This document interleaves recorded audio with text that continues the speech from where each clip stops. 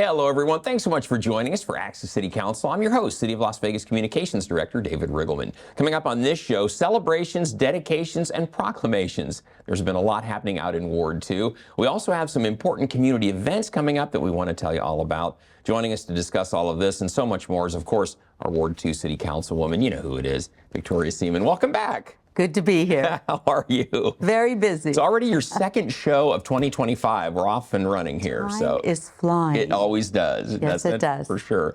Well, you represent Ward 2. This happens to be where I live as well.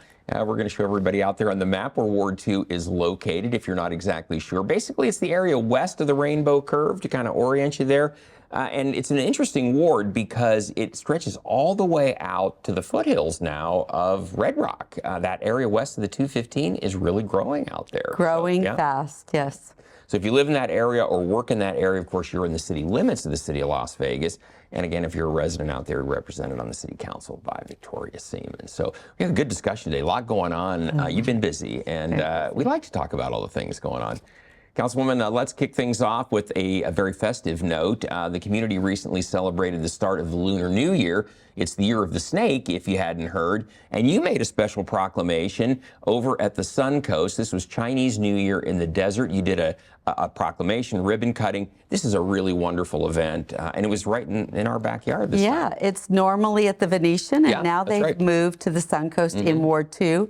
So we get a lot more folks from Ward 2 that get to celebrate with us. And it was wonderful. Then we had a nice meal at a Taste of Asia. Yeah, and that is one of the largest Lunar New Year events in the entire country, I understand. Yeah, it is. And I just love the Chinese New Year festivities, the Lunar New Year, because they go on for the whole month. Yeah, exactly right. It's not a one-day thing. No, and it's very festive. It is, and you always wear the celebratory red scarves and all of that. Yes. So good stuff. And yeah, it's hard to believe.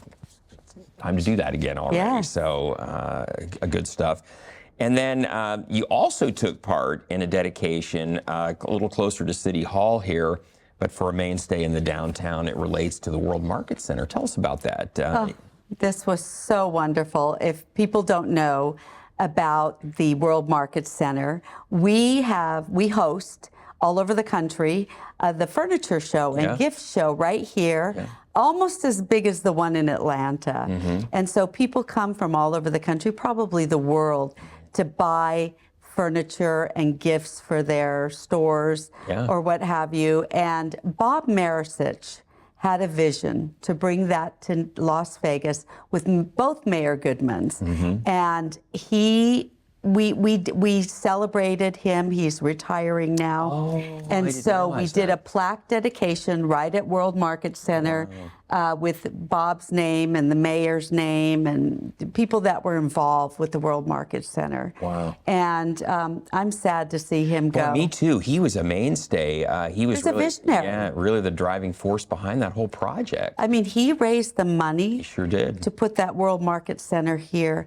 And now it's a staple in our community. And, you know, I know there's a lot of people that probably don't know about it because they're not buying or selling gifts. Right, and it's mostly for retail purposes. It's mostly for retail, but it would be nice if people want to come and see it, if they can somehow get a pass and go over and check it out. It's amazing. For people that don't know, prior to the World Market Center being located in Las Vegas, the furniture marts typically took place in High Point, North Carolina. That was the main spot, and that's where it happened every year. The people that went there, it was always hard to kind of find accommodations. It's a small town. It was difficult to travel there. And so Bob and his team had the vision, well, why don't we bring a market to a place that A, people love to come to, and B, it's easy to get to. So Las Vegas became that location. And now it's... And we certainly have the accommodations. Of course. And it brought so much diversity to our economy, diversification to our economy. Oh, sure did. And I can tell you, it really did a lot, put us on the map, Las Vegas, for this besides gaming. And it's twice a year. Exactly right. So basically, companies that are looking to sell furniture and they're trying to link up with the manufacturers and then sell them in their retail stores. It's where they all come together and strike those deals. They get to see the merchandise. And now we've created that whole new building since I've been in office. Yes, that's right. Where we took out the tents, and now they sell gifts for different stores. Councilwoman, exactly. They, apparel, jewelry. Right. Almost everything you can imagine. Yeah, which complements the furniture side. For sure. And they also have a convention area that's built in there as well. So it's an amazing facility. Sorry to see Bob go too.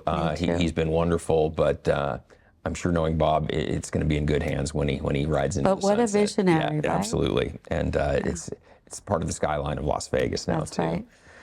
Councilwoman, I know one of the things that you're very committed to is juvenile justice and the impacts that go with that. And I think part of that is you've been very vocal about human trafficking and preventing human trafficking.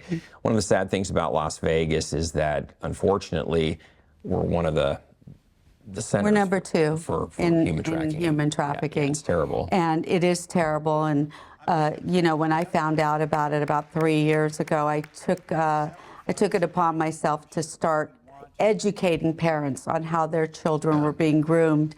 And I think we're going to be doing our 9th anti-human trafficking event. But Dr. Susan Fennick does anti-human trafficking as well through juvenile justice. And so to be a part of that and host it is something that I will always be involved in. Yeah, you've been in a role, and you've taken the show on the road. You've had seminars not all over the valley, too, but all over the valley. And I think what's interesting is just the education for parents. You talked about, I recall in the past, one of the conduits to human trafficking is social media, kids online. They think they're talking to somebody else. But really, they're talking to somebody who's trying to lure them. It's very easy right now to lure children, and that's been one of the biggest problems. So what we do is we bring Metro, the detectives that actually work in Vice, to educate the parents. We have the DA's office there.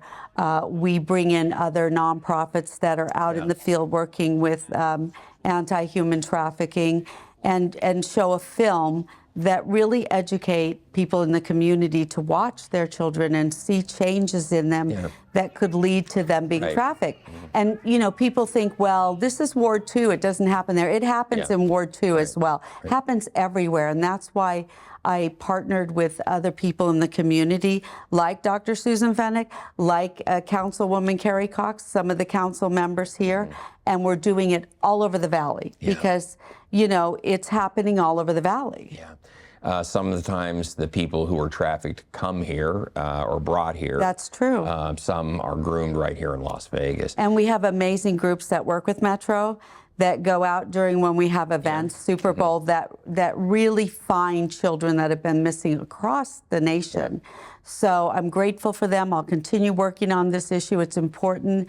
Our children are not for sale, and we're going to make sure that we continue to educate parents. Councilwoman, I know you know this, the viewers may not. Our very own fire department, one of our own staff here, started a program that's now not only been used valley-wide, but across the nation, where they teach firefighters, paramedics, for example, what to look for. What are some warning signs if they respond to a call that someone on that call might be a victim of human trafficking? True, and too afraid to speak out. Exactly. So, I mean, I think we're doing amazing things to combat it. It's just a shame that it's hard to get our hands around it because, you know, it's just huge. We're the biggest consumers of human trafficking in the world, and that's really sad. Dr. Fennick, tell us a little bit about her. She's an amazing individual. She founded the organization, the Juvenile Justice. And she's out there, you know, working with youth, and this is part of it, the human trafficking. But she's working with youth in our justice system, and just really making a difference in our community. Make sure their voices are heard, right? Yes, and she's recently done a film, and I went to the premiere of her short film. Is she from here, Councilwoman? Is she from? No, I think she's originally from New York, but she's been here a very long time. Obviously for obvious reasons, for the reasons that we're struggling with here. So, well, Councilwoman, good stuff. And then when you're not helping the youth with things like human trafficking. You're also advocating for reform when it comes to the need for protecting our animals in the community. Let's discuss a couple of ordinances that you pushed through. One is with hoarding, one is abandonment. Let's talk about those a little bit. Well, I think people have no idea what's happening out there. And, you know, I've been involved with rescues since I've been on the council. And I'm sort of their 911 they go to. And so I hear and see a lot of what's happening out there, and I've really engaged in it. And so we see so many animals that are abandoned, and they cannot survive outside on their own. They're pets, and so they have a really hard time. And we're dealing with so much abandonment right now, and we're dealing with places where we see that animals have been killed and dumped. And so it was important to raise the fine. I mean, that's all we can do on a city level. But it was important to send a message to say, abandon your animal, you're going to get a stiffer fine, because all they have to do is call my office, call a rescue, call the shelter. We have Nevada SPCA, we have the Animal Foundation, and take your animal there. But to just leave them in the street or tie them up somewhere, so many people have been taking them to the desert. Yeah, just and so them. they'll get attacked by coyotes. Yeah. So it was important to make sure that we put the stiffest penalty we could.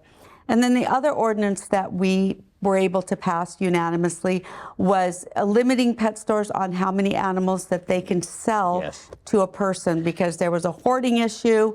No one was paying attention, and they were buying them from pet stores. And we're talking dozens or dozens and dozens, even hundreds, right? So now they're limited, and they have to do a quarterly report. And, you know, the good news about doing that is that pet stores, we can regulate. We can actually wrap our hands around it. The problem of getting rid of pet stores, which I am totally against, is that our biggest problem is illegal breeding. Right. And we can't wrap our hands around it at all. One. So I have some new ideas, because we know that there's some bad actors in pet stores. So we want to make sure the pet stores that we have, that they're going to be in compliance, and we're going to make sure that they're legitimate pet stores. Right. So I have some ordinance I'll be introducing in the next few months on that as well, because it's important that we take care of our animals. For sure. We saw this, Councilwoman, during the recession. I remember it was just homes would be foreclosed on, people would walk away, and they'd leave their dogs and cats in the house, just walk away from them. And we see it all the time. And we're seeing it now. We see it all. We're seeing it. We're seeing the worst cases of abandonment right now, and so it's important to put that message out there. I mean, I wish we could do more. The state can do more. And recently I read that Assemblywoman Melissa Hardy was going to put forth some animal abuse legislation. They can have more teeth in what they do. I mean, with us, it's stiffer fines, but we really need to get a hold of what's happening out there, because there is no reason for people to abuse animals the way that they are. You know, you touched on something that's really at the heart of it, Councilwoman.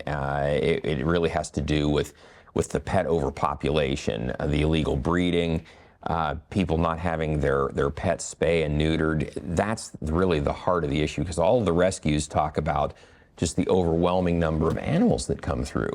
It's a staggering thing. And now we have illegal breeders bringing them from other states, because we finally did a big sting, and we were able to arrest the people who brought in. Not only were they illegally bringing animals in to sell, but they had weapons. Right. They were charged with child endangerment. So not good people all the way around. Not good people all the way around. And so if you're good people, and you want to be a breeder, and you're going to do it legitimately, you're going to license yourself. It's very inexpensive to get a breeding permit, but that's not what's happening here. They see the money in these animals, especially like Frenchie bulldogs, very hot commodity right now. And so you see people even coming in from other states, and we have to wrap our hands around it, because the animals are in danger as well. And Councilwoman, I think too, part of the red flag, I think I've heard you talk about this, some of the red flags with illegal breeders are we'll use the example of a French bulldog. All of a sudden, they have an amazing price on a French bulldog. Yeah. It's like, I wonder how legitimate this operation really is. Right. That's an in-demand breed, often very expensive,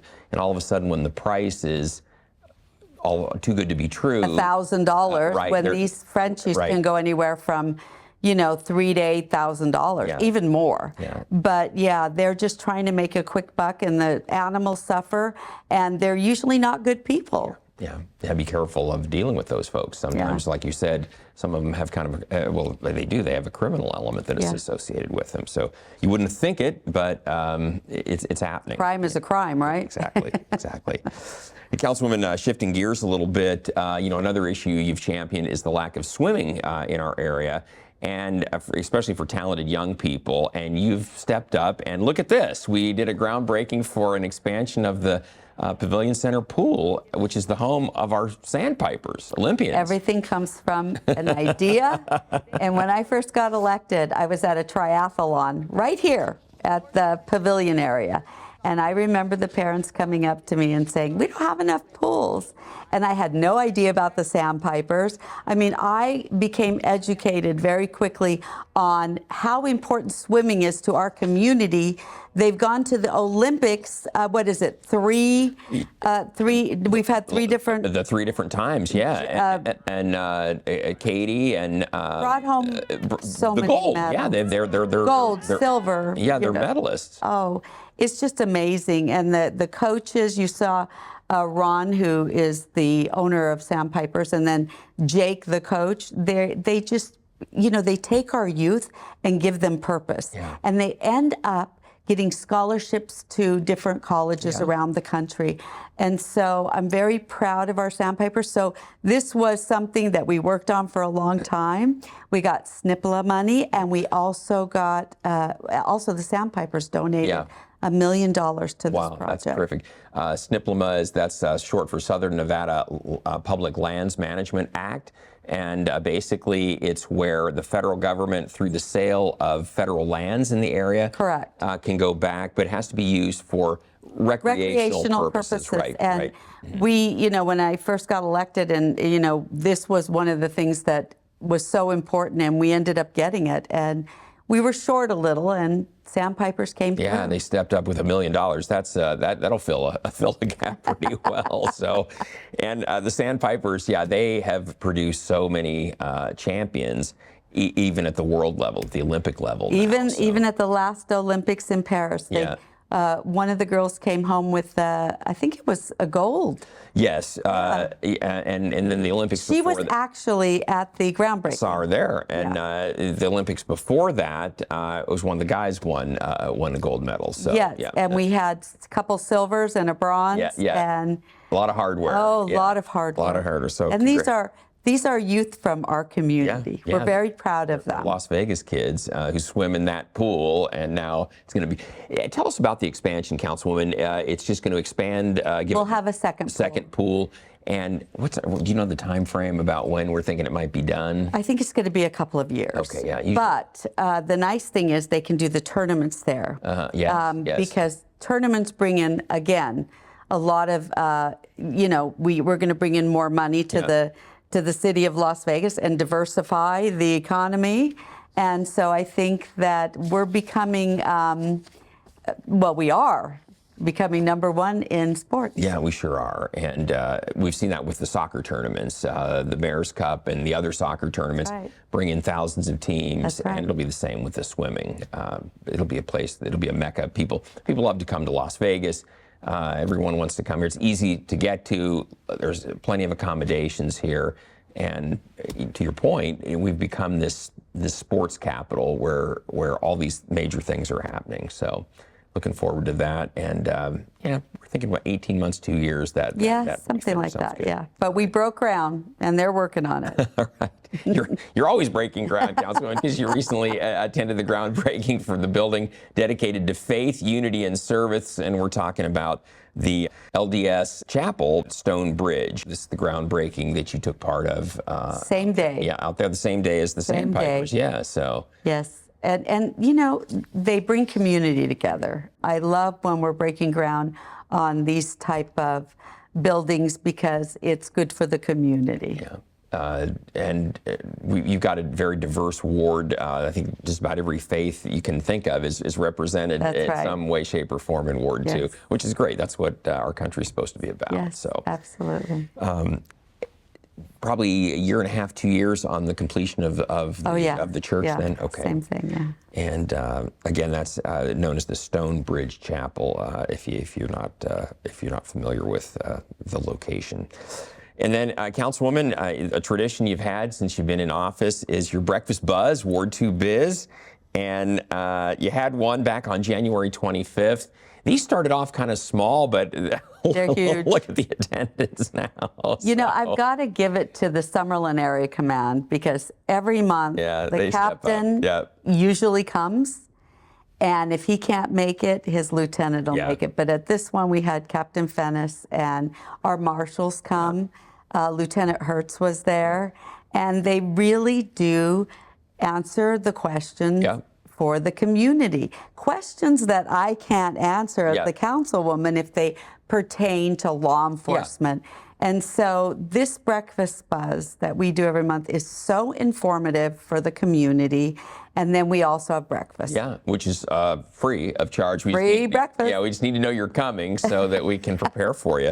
But yeah, it's a great way to not only meet with you, but the police officers that are going to patrol at your area and to network with your neighbors too. It's so good for the community. Yeah. So it's been a nice addition that you've brought to Ward 2 since being elected. And if you missed the last one, that took place back on January 25th. Well, don't worry. She's got another one coming on February 22nd. These happen monthly, and they used to be at different places, different restaurants, but there got to be so many people that ran out of room. So they're out at Veterans Memorial. That's at 101 Pavilion Center Drive. Again, breakfast is part of the deal on this, but they just ask that you RSVP so that they have enough food. Yeah, and meet your neighbors. Yeah. What are you typically hearing, Councilwoman? Is it? It's a lot of public safety. The questions just, all over the place, Run the gamut, From, are we getting red lights, cameras to, can you send some enforcement over to this area because we have a lot of people speeding? I mean, just great questions. It runs through it. So again, if you're interested in connecting with the community, meeting with the Councilwoman, hearing from the law enforcement, the first responders in your area, I'd encourage you to attend. Again, that will be from 9 to 10 on the 22nd out at Veterans Memorial. And then we were talking about human trafficking earlier. There's an event coming up. You mentioned the film and the way that parents can be on the lookout for this kind of thing to protect their own children. And we have an event coming up on February 26th at 6 p.m. This is going to be at the Southern Hills Church. That's at 6425 West Pebble Road. And again, Councilwoman, I think you're going to show a film and kind of talk about the whole prevention aspect here. We'll have Metro, Vice there, and hopefully the DA's office again, and a lot of the nonprofits. But and people might wonder, this is in Southern Hills Baptist Church, which is kind of in the county. We've been doing that all over. About that. Yeah, you've been all over the county and all over the city. It's really important to make sure we hit all the spots. Right. Well attended. As I recall, you always have a huge turnout on these things. Again, meet your neighbors. Yeah, and meet your neighbors. If everybody's kind of paying attention and understanding what the issue is and understanding what the warning signs are, it makes the community all the more prepared too. So again, everyone, free event, right, Councilwoman? Everything. Come on out. We'll have snacks there as well. Yeah. So, we always have a little bit of food. Yeah. At all our events. Kind of takes the edge off. Refreshments. It's a tough topic, so that helps a lot. So again, it'll be on February 26th at 6 o'clock at Southern Hills Church. And again, that's not in Ward 2, as Councilwoman mentioned. Yeah. But we want the whole community to be informed. Everyone. Right. Well, Councilwoman, we are just about out of time. It always flies, but we want to tell everybody out there, hey, we always want to hear from you. So if there's something you'd like to share with Councilwoman Victoria Seaman, you can give her a call. The number is 702-229-2420, or you can send her an email. The address is ward2@lasvegasnevada.gov. And we also want to tell you, you can also visit the Ward 2 website or subscribe to the Councilwoman's newsletter by using that QR code, which is right there on the screen. So, and if you contact the Office Councilwoman, you got great staff. You got David, Christina, and Samantha. They do a wonderful job of staying on top of everything. So, And if we can't help you, we'll put you in touch with the person who can. Exactly right. Sometimes the calls we get aren't related to the city. It's maybe federal or maybe Or it might be another ward. or another ward, or it We'll might help be you, though. or it might be county or whatever. But they'll get you plugged into That's where right. you need to know. So. Well, Councilwoman, great to have you on the show. We'll see you back in 6 weeks with another update from Ward 2. It'll be here before It'll fly. It will. It'll be here before we know it. So well done. We'll see you in 6 weeks. And folks out there, please don't miss our next show beginning on February 27th with Councilwoman Chandra Summers Armstrong. You can catch all of our City of Las Vegas TV shows on Apple TV, Roku, and Amazon Fire. Also watch for that QR code that we mentioned after the show to subscribe to the newsletter. And don't forget, you can watch us live on the internet at lasvegasnevada.gov/connect. We hope you join us. Thanks for watching, everyone. We'll see you next time around.